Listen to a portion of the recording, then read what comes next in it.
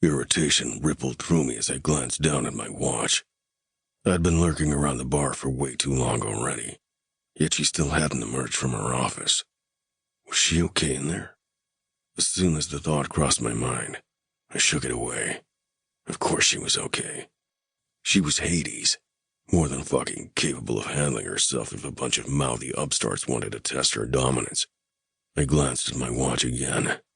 Shit, not even a minute since the last time I checked it. Can I get you another drink, Cass? The pretty young bartender, Sarah, asked me with a heavy batter of her false lashes. She knew she wasn't my type, but it didn't stop her flirting. I shook my head, declining, then finished the last mouthful of my beer.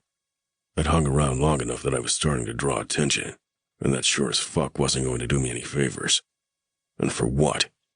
To feed my sick obsession with seeing a woman too guarded, too beautiful, and too damn untouchable to ever be mine.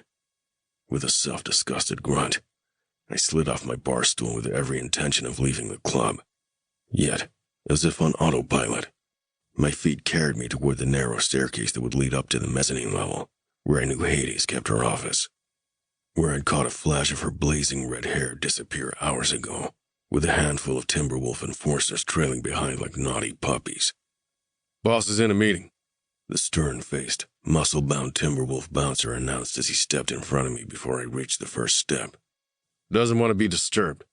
I narrowed my eyes, picturing my fist slamming into the steroid-pumped fucker's face, vividly imagining the way his cartilage would crunch under my knuckles and the hot, wet spray of blood from his nose. But shit, he was just doing his job. So I rubbed a hand over my jaw, thinking, then gave a small nod of understanding. "I'll swing back later then," even though I really shouldn't. I had no good reason to request a face-to-face with Hades. None, except that I just wanted to see her. I felt like I hadn't seen her in weeks. Even though we'd interacted in a professional capacity plenty, it was different under the eyes of rivals, though. I couldn't just watch her like I'd grown so addicted to doing. Not with that punk-ass bitch skate-watching my every move. Reluctantly, I forced myself to turn away. But the bouncer called out again. "Hold up, Reaper." His gruff voice made me pause and tilt my head back toward him. His finger was to his ear, holding his radio earpiece in place as he listened to something. Then he raised the microphone attached to the wire and muttered a few words into it before flicking his gaze up to mine. "Boss said to send you up. She just finished her meeting." This was undoubtedly a bad idea, but I just brushed past him and started up the stairs nonetheless. Fuck me. I needed to turn around, walk out of the damn club, and call up a sure thing to fuck away all this godforsaken tension. But no. I just had to torture myself further. The Timberwolf enforcers passed me in the short corridor that housed the administration offices, and none of their gazes were friendly.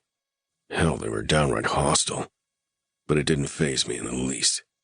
There was only one person in the state who intimidated me, and it was none of these testosterone-soaked bastards. A second after I passed them, they were gone from my mind as I spotted the door to Hades' office, slightly ajar.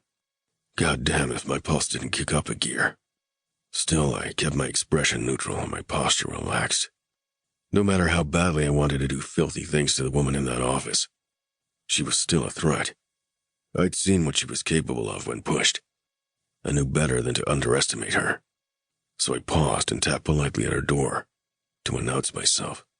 Her eyes swept up slowly, clearly having already known I was there before I knocked, and her gaze was as unreadable as ever when it met mine. "Cass," she said in that hard-edged voice of hers. I ached to hear her speak to me without the carefully built fortress, guarding her every fucking thought. "I didn't know we had a meeting planned." Neither did I, and yet here I am. I just gave a casual shrug and took a few more steps into the office, glancing around for her shadow. "Where's Zed at?" Her brow twitched with something faintly resembling irritation. "Did you come here to see me or him? My time is money, Cassiel, and you're wasting it." Not exactly the response I'd quietly been hoping for, given I just sat at the fucking bar amidst a crowd of Gatsby-style drinkers, desperate to get my fix of my worst obsession.